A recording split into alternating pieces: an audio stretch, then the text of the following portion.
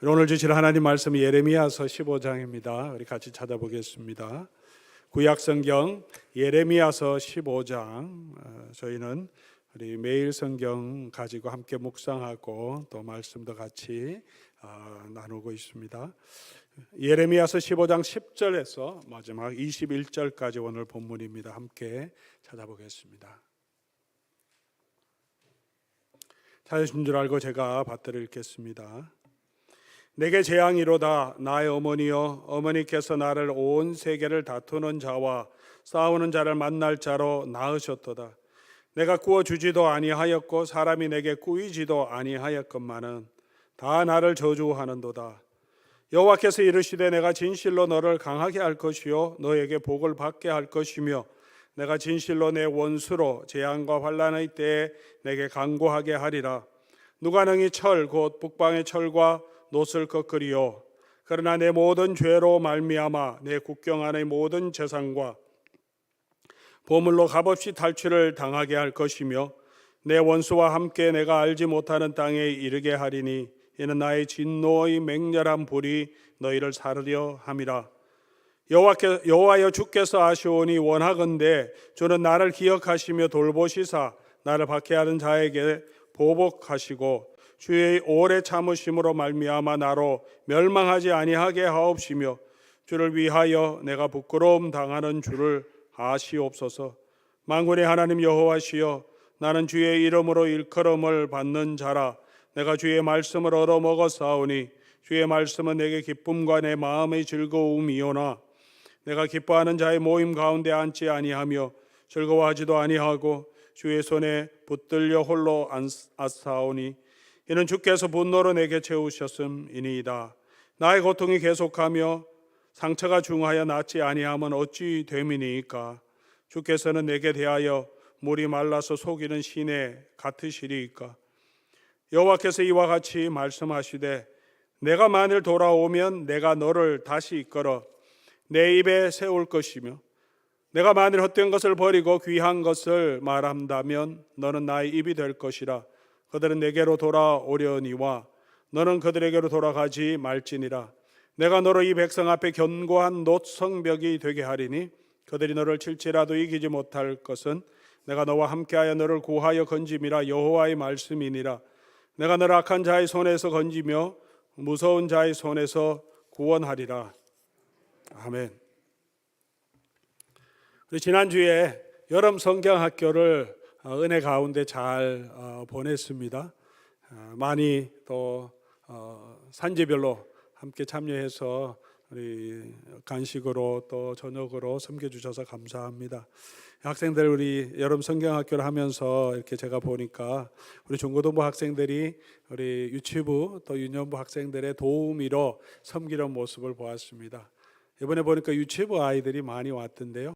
우리 중고등부 중에서 중등부 중에 젊다고 해야 되나요? 우리 학생들이 도우미를 하면서 제가 이렇게 보니까 예배 중인데 아이들이 이제 물 먹으러 나와야 되고 화장실 가야 되니까 조그만 아이들을 데리고 이렇게 나왔어요. 그래서 제가 보니 다 애인데 애가 애를 돌보듯이 둘이 손잡고 나와서 물 먹으라 하고 컵도 갖다 주고 그러니까 아이가 물 먹고 물 다 먹으니까 또 데리고 또 가자 그렇게 하면서 예배당을 이렇게 안내해 가더라고요. 그렇게 우리 중학생들이지만 섬김도 배우고 책임도 배워가는 것 같아서 아마 좋은 것 좋았습니다. 그런데 그렇게 섬기던 아이 중에 우리 중고등부 학생 중에 한 학생이 유치부를 돌보고 있었는데 유치부의 남자아이를 이 유치부 남자아이를 따라다니는 게 쉽지 않지 않습니까? 어른들도 얘네들 어디로 튈지 모르고 뭐 자기 마음대로 움직이니까 따라다니다 힘들었나 봐요. 나중에 예배에서 들을 때 뒤에 혼자 앉아갖고 속상해서 울었다는 이야기를 들었습니다. 전도사님이 만나서 위로도 하고 격려해 주러 간다고 아침에 이제 저희가 사역자 브리핑 하는데 그런 얘기를 해서 잘 위로해 주고 오라고 하셔서 잘 위로하고 격려해 주었다는 이야기를 들었습니다. 잘하려고 하는데 특별히 하나님께서 또 교회를 위해서 자기보다 어린 우리 유치부 학생들을 위해서 섬기려고 하는 그런 마음을 가지고 얼마나 나름대로 자기는 열심히 해보려고 했겠습니까? 근데 뭐 마음대로 다 되지 않으니까 속 상하는 그런 일이 있었던 것 같습니다. 그 이야기를 들으면서 저도 대학생 때 우리 SFC 수련회 우리 하이스쿨 학생들 우리 그룹 리더로 섬기며 또 있었던 일이 좀 생각났습니다. 저도 특별히 하이스쿨 남자 아이들이 뭐 신앙이 좋은 아이들도 있지만 그렇지 못한 아이들이 많았고, 제가 처음 와서 이제 하이스쿨 학생들 돌볼 때는 우리 이민 사회가 그렇게 오래되지 않아서 우리 아이들 문제가 참 많았습니다. 뭐 갱에 참여한 아이들도 있고, 뭐 와서 담배 피는 아이도 있고, 뭐 여러 가지 아이들 마음이 삶이 되게 힘들었어요. 그러니까 수련회 오면 많은 일들이 일어났습니다. 24시간 우리 시큐리티 담당하는 친구들은 잠 못 자고 밤새 지켜야 되고, 일부러 또 도망가려고 이렇게 기다리고 있다가 또 밖으로 도망가려고 하는 사람도 있고, 뭐 그런 여러 가지 일들이 있었는데 아이들 붙들고 좀 변화됐으면 좋겠다, 그런 마음으로 뭐 3일 동안 계속 노력하고 했는데 분위기가 있잖아요. 예배 드릴 때 찬양도 안 따라하고, 말씀 들을 때 딴짓하고, 스몰 그룹 할 때도 그렇고, 또 개인적으로 만나서 1대1로 이렇게 해도 힘들고, 이게 마음이 안 변하니까 막 속이 답답한 거예요. 답답하니까 마지막 날 학생들 이제 저녁 집회했는데 다 보내놓고 예배당 안에 넣어놓고는 제가 혼자 너무 약간 오버웰럼 됐죠. 3일 동안 수고하고 애썼는데 변화가 없으니까 오늘 이 저녁 시간 좀 변화가 되면 좋겠는데 하니까 마음에 막 울컥해갖고 막 바깥에서, 안에 들어가서 울 수 없으니까 바깥에 혼자서 우리가 예배당 밖에서 이렇게 조금 울면서 기도한 그런 적이 있는데, 우리 부모님의 마음이 또 그런 마음이실 것 같아요. 자녀들을 생각하면서 믿음 안에 잘 쓰면 좋은데 그렇지 않은 경우가 참 많으니까 이 아이가 하나님께로 돌아오고 믿음 안에 잘 쓰면 좋겠는데, 또 자녀들이 또 어렵고 또 아픈 자녀들도 있고요. 또 그걸 권면하고 기도해도 잘 안 될 때가 있지 않습니까? 오히려 더 반발하고 더 말 듣지 않고, 그러면 얼마나 우리 마음이 속상합니까? 아마 우리 부모님도 엎드려서 기도할 때마다 그런 눈물이 날 것입니다. 오늘 예레미야의 상황이 그와 비슷한 상황이었어요. 하나님의 명령으로 이스라엘 백성들에게 하나님의 말씀을 선포합니다. 하나님이 불러서 내가 내게 이 말을 주는 그 말을 전하라고 합니다. 근데 그게 좋은 말이 아니잖아요. 이스라엘 백성들이 하나님의 죄로 말미암아 심판받는다는 얘기인데, 그 이야기를 선포하면 많은 유다 사람들이 자기를 대적할 거고 욕할 거고 비난할 겁니다. 알면서도 하나님이 주신 말씀대로 복음을 선포했습니다. 하나님의 말씀을 선포했습니다. 그런데 그가 당하는 여러 가지 어려움이 있습니다. 그들이 돌아오는 사람들이 없어요. 하나님의 말씀을 받아들이는 사람도 없습니다. 예레미야서 14장에 우리가 보았지만 14장에 보면 예레미야가 혼자서 자기가 대신해서 하나님께 회개합니다. 하나님, 나와 우리 백성의 죄를 용서해 주시고 하나님의 언약을 기억하시고 우리를 치유하시고 회복시켜 주십시오. 그렇게 기도하는데 15장 첫 번째 보니까 하나님께서 뭐라고 말씀하시냐면 안 들어주겠다고 심판하시겠다고 하십니다. 예레미야의 마음이 어떻겠습니까? 이제 그런 상황에서 지금 이 예레미야가 하나님 앞에 간구하는 내용, 그리고 그 예레미야에게 주시는 하나님의 말씀이 오늘 본문 말씀의 내용입니다. 10절에 보니까 내게 재앙이로다 이렇게 선포합니다. 어머니가 나를 낳을 때부터 나는 많은 사람들의 대적이 되게 나를 낳으셨냐, 자기의 형편을 하소연하는 거죠. 믿음으로 하나님의 말씀을 받고 선포했는데 오히려 그 백성들의 적이 되어버렸어요. 많은 사람이 그를 저주하고 욕합니다. 하나님은 그의 음성을, 그의 간구를 들어주지도 않으시겠다고 하십니다. 오늘 이런 예레미야의 상황에서, 그리고 그 예레미야에게 주신 하나님의 말씀을 통해서, 또 그 하나님의 말씀과 함께 주신 약속을 통해서 오늘 저와 여러분이 이 예레미야와 같은 상황에 있을 때 우리가 붙들어야 할 말씀이 무엇이고 우리는 어떻게 그 상황에서 회복하게 될지, 우리 하나님의 말씀을 통하여서 오늘 우리에게 주시는 하나님의 음성을 듣기를 원합니다. 예레미야 처한 환경을 우리가 한번 다시 살펴보면 말씀대로 순종했는데 그것이 좋은 열매로 나타나는 것이 아니라 박해와 저주로 그에게 돌아왔다고 우리에게 보여줍니다. 10절 말씀 보니까 다 마지막에 다 나를 저주하는다다. 하나님의 말씀을 선포하는데 이스라엘 백성들이 선지자입니다 이렇게 존경하는 것이 아니라 오히려 거짓 선지자들의 말을 따라가고 너희가 멸망할 것이라고 선포하는 예레미야는 비난하고 돌로 던지고 박해를 합니다. 저주합니다. 15절에도 나를 박해하는 자에게 보복하시고 라고 말하는 걸 보면 그가 많은 박해를 당했다는 것을 알 수 있습니다. 주를 위하여 내가 부끄러움을 당하는 줄 아시옵소서. 하나님께 호소하는 거죠. 아니, 하나님 때문에 내가 이런 꼴을 당하고 있습니다. 내가 왜 이런 욕을 먹고 왜 이런 저주를 내가 받아야 합니까? 하나님 좀 알아주십시오 라고 하나님께 호소하는 내용이죠. 우리가 믿음으로 살아가려고 하다 보면, 여러분 정말 믿음으로 내가 살아가려고 하다 보면 일이 다 잘 되고 다 사람들이 내 마음을 알아주는 것이 아닙니다. 그렇지 않을 때가 있습니다. 나는 열심히 하나님 말씀대로 살아가려고 하는데 오히려 사람들이 조롱할 때가 있습니다. 비난할 때가 있습니다. 수고에 대한 열매가 나타나지 않을 때도 있습니다. 혹시 그런 일로 지금 힘들어하고 계신 분은 없는지 모르겠습니다. 믿음으로 살아가려고 하다 보면 이런 일을 저와 여러분도 경험하게 될 것입니다. 그에게는 외로움도 있었던 것 같습니다. 17절 말씀 보면 내가 기뻐하는 자의 모임 가운데 앉지 아니하고 즐거워하지도 아니하고 주의 손에 붙들려 홀로 앉아 사오니. 막 사람이 즐겁고 막 잔치하는 그런 곳에 마음이 안 가요. 같이 할 수 없고 그냥 혼자 앉았다. 이는 주께서 분노로 내게 채우셨습니다. 너무 속상한 거죠. 그 사람들을 향하였어도 하나님을 향하였어도 마음이 기쁘지 않다는 것입니다. 주님의 일을 할 때 우리가 이런 외로움도 느끼게 됩니다. 성도의 교제를 누리고 동역의 즐거움을 맛보면 얼마나 좋겠습니까? 그런데 믿음대로 바로 살려고 하면 오히려 이런 외로움을 경험할 때도 있다는 것입니다. 엘리야도 동일한 영적인 외로움을 경험했던 것을 우리가 알 수 있습니다. 그는 혼자 있다고 생각했어요. 수년 동안 이 바알과 아세라를 섬기는 이스라엘 나라를 향하여 아합과 이세벨을 향하여서 영적인 전쟁을 했고 갈멜산에서 바알을 섬기는 많은 선지자들과 영적인 대결을 했죠. 제사를 드림으로 하나님의 능력을 보았습니다. 그럼에도 불구하고 그 땅에 변화되는 것은 아무것도 없었습니다.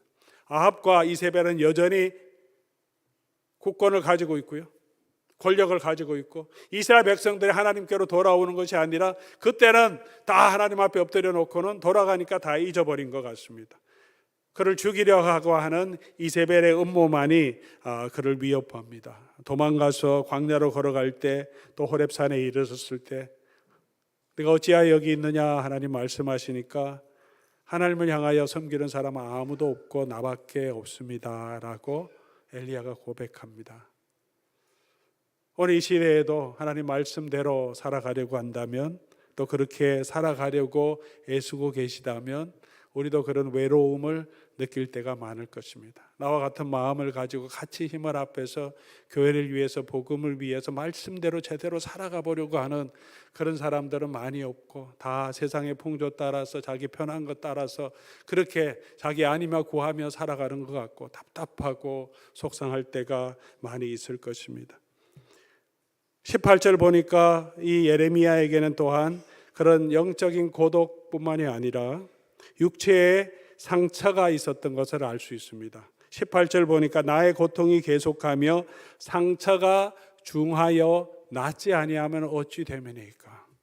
하나님의 일을 한다고 나섰는데 이 상처는 어떻게 생겼는지 구체적인 내용은 없습니다. 복음을 전하다가 하나님 말씀을 전하다가 사람들에게 맞아서 박해받아서 당한 상처인지 그냥 육체의 연약함 때문에 생긴 상처인지 사고 때문에 생긴 상처인지는 알지 못하지만 그에게 중한 상처가 있고 근데 그 상처가 낫지 아니한다라고 말합니다.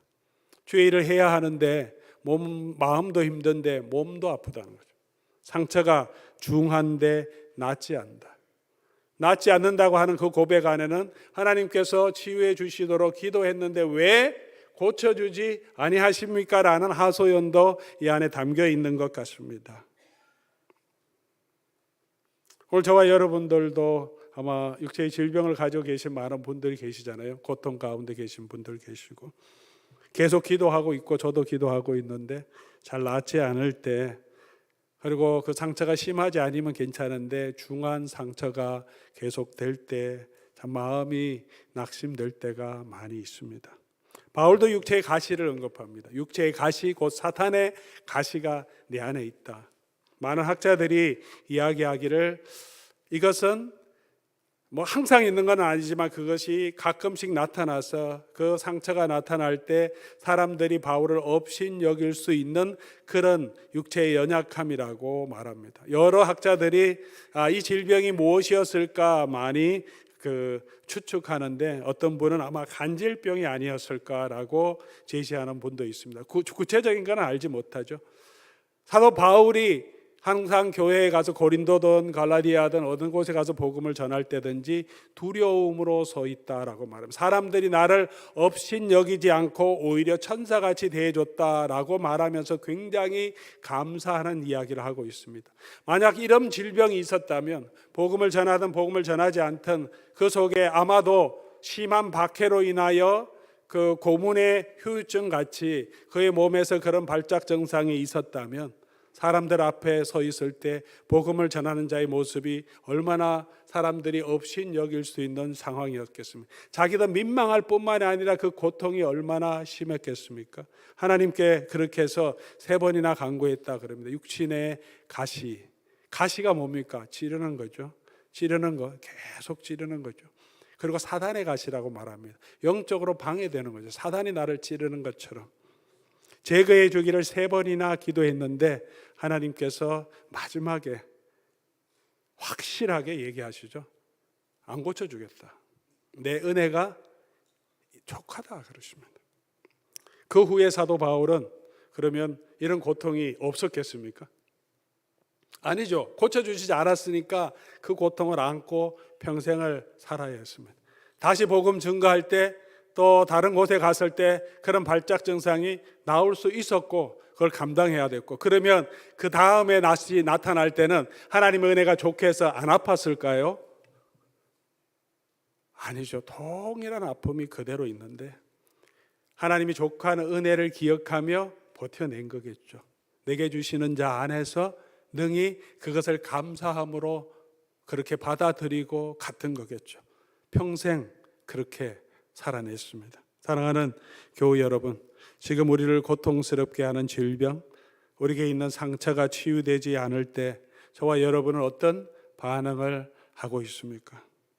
영적인 고갈도 예레미야는 경험했다고 말합니다. 18절 말씀 보니까 물이 말라서 속이는 시내 같다라고 말합니다. 왜 그러냐 하면 이 고통과 상처가 중하여서 낫지 않으니까, 육체의 고통이 심하면 영적으로도 우리가 고갈됩니다. 육체와 영혼이 차이가 나는 것 같지만 몸이 계속 아프고 힘들면 영적으로 우리가 정말 하나님 앞에 드리기가 굉장히 힘들어요. 약할 때 더 강함 주신다고 고백하지만 쉽지 않습니다. 그런 상처가 중하여 낫지 않아서 물이 말라서 속이는 시내 같다라고 말합니다. 하나님이 도와주시기를 간구했는데 안 들어주시니까.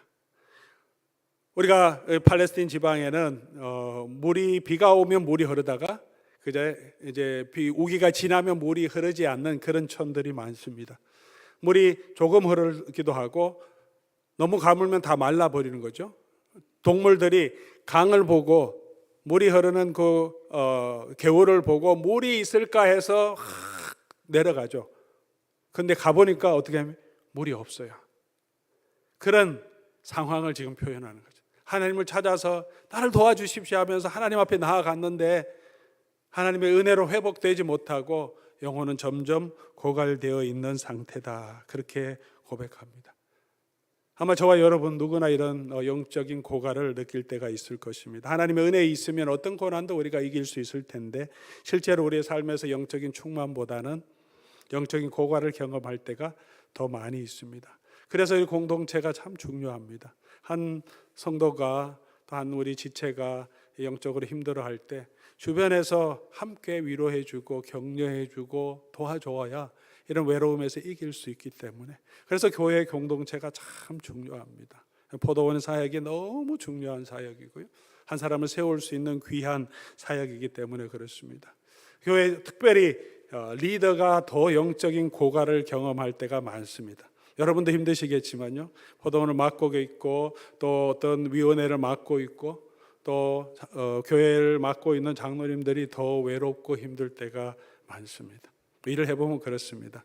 앞에서 나서서 하려고 하면 책임감도 많고 더 잘하려고 하고 더 수고해야 하는데, 근데 다 알아주지 못할 때도 있고 또 조금 부족한 부분에 대해서 다 한마디씩 하잖아요. 왜 이랬냐 뭐 이렇게 다 불평하기도 하고 그것도 감수해야 되고, 그러니 외로울 때가 참 많어요.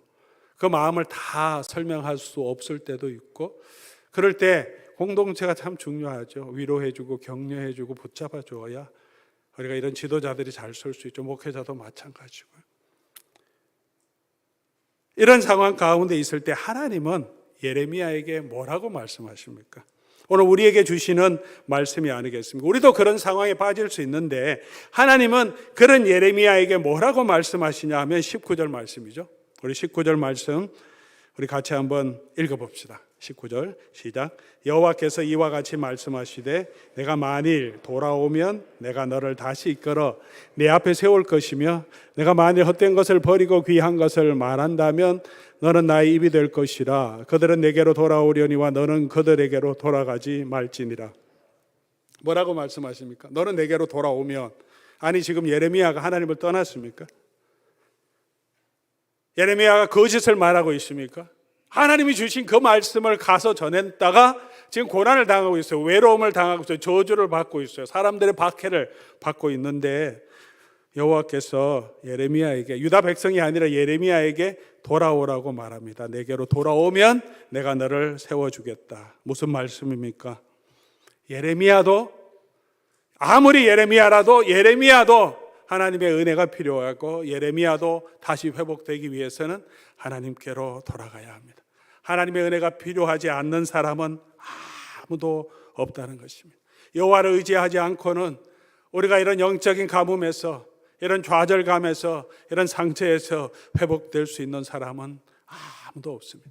아마 예레미야도 이런 상황 가운데서 하나님을 섬긴다고 했지만 그의 마음이 하나님을 향해서 조금씩 떠나가는 것을 분명히 경험했을 것입니다. 하나님이 원망스럽고 하나님을 향한 신뢰가 조금씩 사그러져 가는 것도 있었을 겁니다. 하나님이 말씀하십니다. 내게로 돌아오라. 우리 어떤 환경에 있든지 우리가 살아갈 수 있는, 다시 회복될 수 있는 것은 여호와께로 돌아가는 것입니다.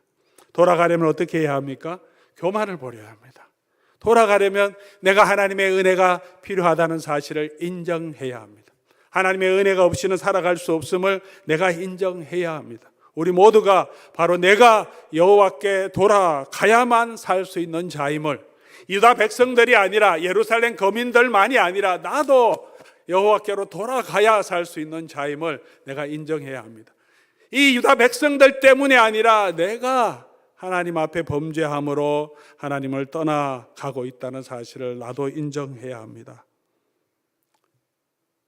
사랑하는 교우 여러분, 우리가 회복되기 위해서는 여호와께로 돌아가야 합니다. 그렇게 하기 위해서는 우리 모두가 탕자와 같은 그런 마음이 필요합니다.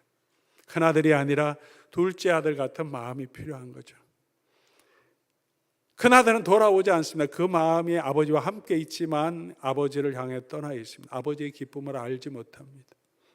둘째 아들은 아버지를 떠났지만 가장 차이 나는 것은 자기가 죄인인 것을 깨닫는 거죠. 그리고 그 아버지의 집에 풍족함이 있음을 깨닫고 아버지의 사랑으로 돌아가는 것입니다. 이 비유를 하신 이유는 모든 사람이 다 하나님의 은혜가 필요한 탕자임을 예수님 우리에게 보여주시고, 그리고 그 탕자를 찾기 위해서 예수님이 오셨다는 것을 우리에게 보여주시고, 예수님이 그 큰아들이 되어서 잃어버린 그 자녀를 찾아서 아버지께로 돌리기 위해서 내가 지금 왔다는 것을 우리에게 말씀해 주시기 위해서 이 비유를 들어서 설명해 주고 계십니다. 우리 모두는 예수님의 제자들도 다시 예수님께로 돌아가야만 살 수 있는 그런 죄인들입니다. 호세아서 6장 1절 2절 말씀입니다. 오라 우리가 여호와께로 돌아가자. 여호와께서 우리를 찢으셨으나 도로 낫게 하실 것이고 우리를 치셨으나 사매어 주실 것입니다. 이 재앙이 저와 여러분이 당하는 삶의 현실이 사단이 강해서 주는 것이 아니라 하나님이 허락해서 우리에게 주신 것이고, 때로는 어제 새벽에도 말씀드렸지만 우리의 죄 때문에 하나님이 주시는 진노일 수도 있습니다. 그러면 어떻게 해야 합니까? 그러면 다시 하나님께로 돌아가야 합니다. 하나님께로 왔지만 하나님께서 우리를 찢어졌으나 우리를 도로 낫게 하실 거고 하나님이 찢었으나 사매어 주실 거다. 그 하나님께로 다시 돌아가야 합니다. 여호와께서 이틀 후에, 호세아서 6장 2절, 이틀 후에 우리를 살리시며 셋째 날 우리를 일으키시리라.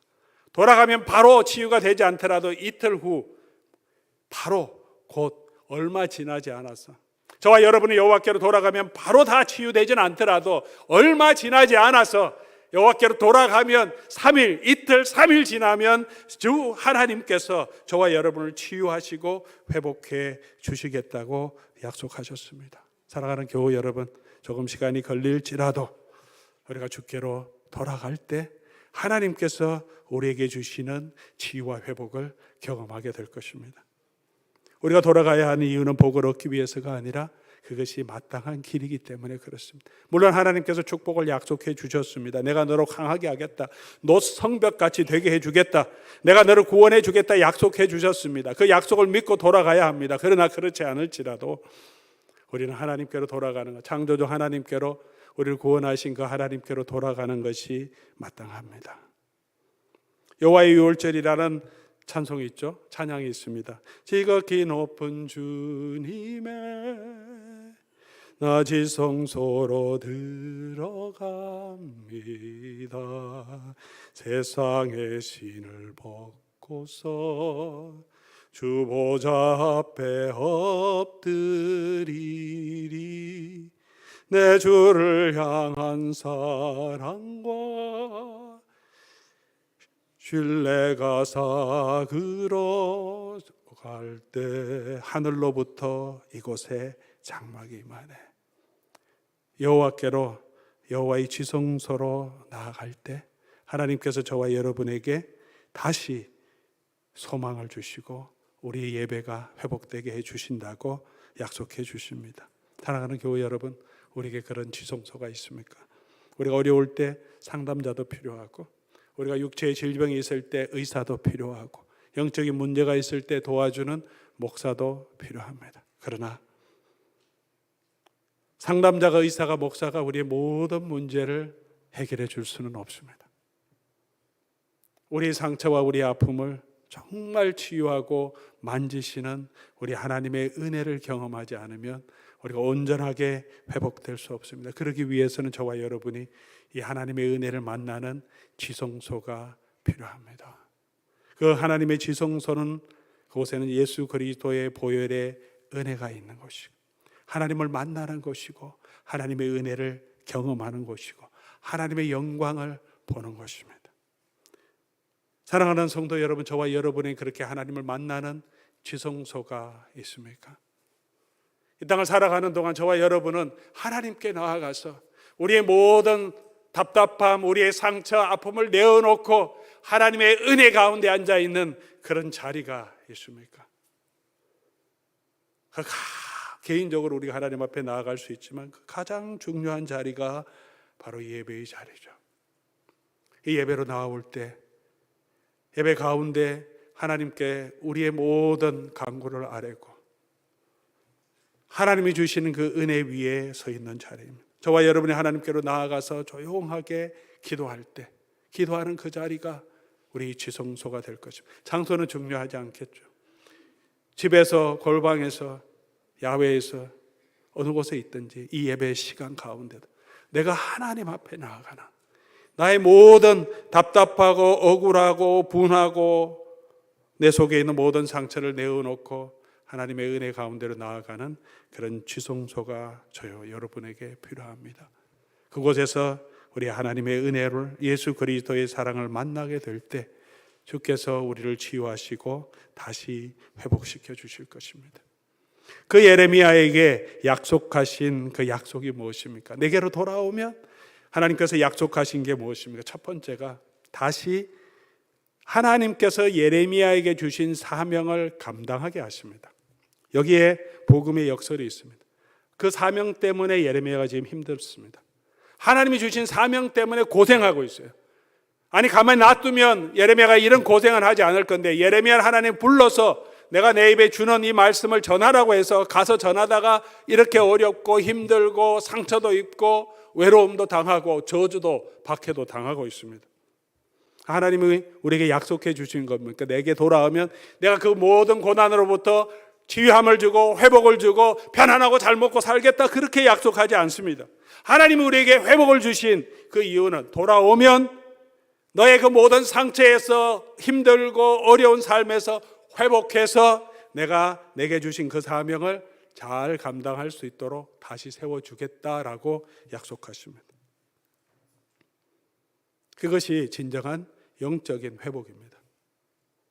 영적인 회복은 환경이 편안하게 되는 것이 아니고 이 땅에서 잘 먹고 잘 사는 것이 아니고요, 하나님께서 우리에게 주신 사명을 우리가 바로 이해하고 그 일에 대한 사명을 회복하고 다시 힘있게 그 일을, 어떤 일이 있더라도 그 일을 감당할 수 있도록 해 주시도록 우리를 바꿔주시는 것이 영적인 회복이죠. 리바이벌이죠. 예레미야를 그렇게 해 주시겠다고 약속해 주셨습니다.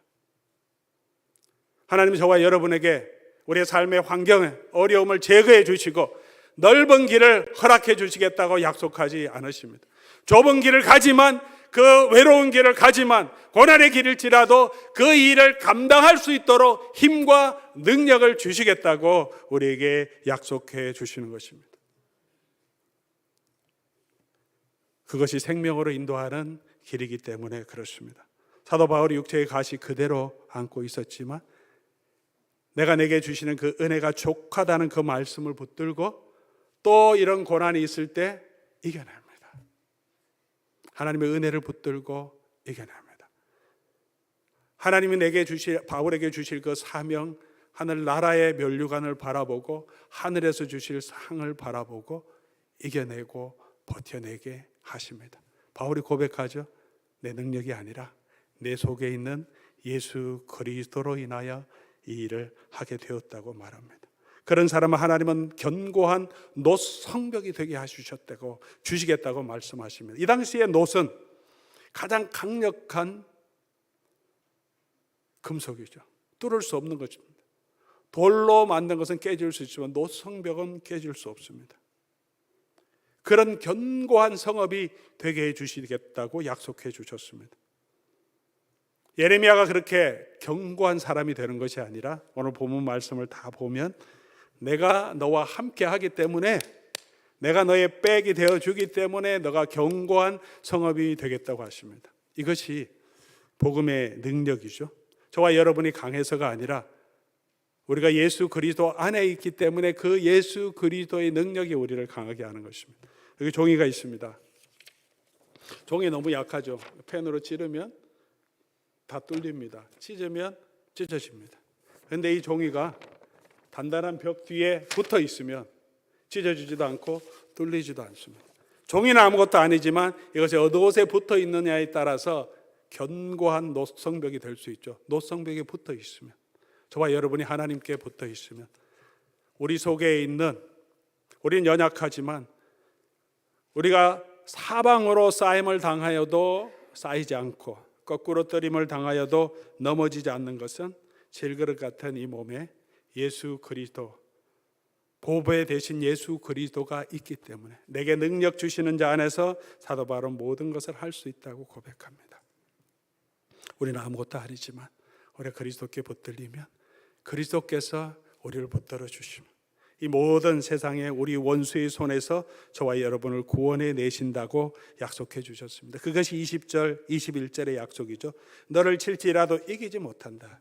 21절 악한 자의 손에서 건져내시고 무서운 자의 손에서 구원하여 내실 거다. 이 땅에 가는 모든 이 걸음 동안 우리가 다시 여호와께로 돌아가고 주와 함께 예수 그리스도와 함께 이 길을 걸어가면 주께서 저와 여러분의 반석이 되어주시고 포트리스, 우리의 성이 되어주시고 우리의 힘이 능력이 되어주신다고 약속해 주셨습니다. 사랑하는 교우 여러분, 다시 저와 여러분들 여호와께로 돌아갈 수 있기를 바랍니다. 여호와의 지성소로 나아가서 하나님이 주시는 그 은혜를 회복하고 우리의 상처가 치유되며 다시 주께서 우리에게 주시는 그 힘으로 일어나서 우리에게 주신 이 사명, 예수 그리스도를 닮아가고 예수 그리스도의 이 복음을 증거하는 이 일을 끝까지 감당할 수 있도록 하나님 나를 붙들어 주시옵소서 하는 마음으로 나아가면 주께서 힘 주셔서 능히 감당하게 하실 줄 믿습니다. 우리 말씀 보면서 우리도 예레미야와 같은 현실이 있을 수밖에 없는데, 주의 일을 하다가 혹시 낙심될 때, 마음이 외로울 때, 영적으로 탈진을 경험할 때 다시 여호와께로 돌아가서 여호와의 지성소로 나아가서 우리를 치유하시고 회복하시고 다시 살리시는 주의 은혜를 맛보고 다시 일어나서 하나님께서 우리에게 주신 그 소명 바라보며 끝까지 믿음으로 걸어갈 수 있기를 주의 이름으로 간절히 소원합니다. 우리 오늘 하나님 말씀 생각하시면서 우리 찬송, 아까 제가 잠시 나누었던 찬송 여호와의 6월절 우리 찬송하면 좋겠습니다. 기도하는 마음으로 내가 주를 향한 사랑과 그 신뢰가 사그러져 갈 때, 맡은 책임이 너무 중하고 외롭고 힘들어서 내 안에 무너졌던 모든 소망이 우리 하나님의 지성소로 걸어갈 때 다시 회복되기를 원합니다 하는 마음으로 우리 함께 찬송 드리겠습니다.